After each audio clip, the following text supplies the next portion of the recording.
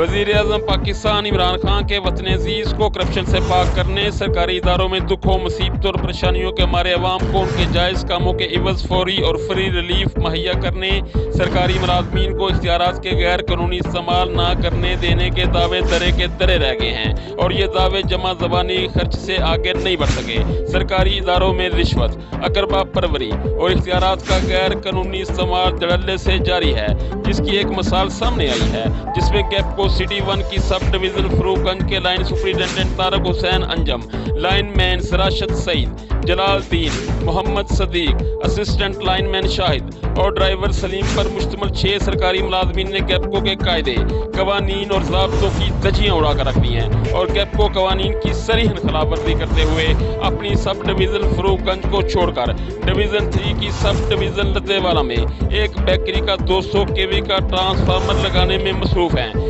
गैपको कवानीन के मुताबिक एक सब डिवीजन के अमले को किसी भी दूसरी सब डिवीजन में जाकर काम करने की इजाज़त हरगिज़ नहीं है, लेकिन फरूखगंज सब डिवीजन के अमले ने गैपको के तमाम तर कवानीन को रोंद कर रख दिया है। ज़राए के मुताबिक फरूखगंज सब डिवीजन का 6 मुलाजमिन पर यह अमला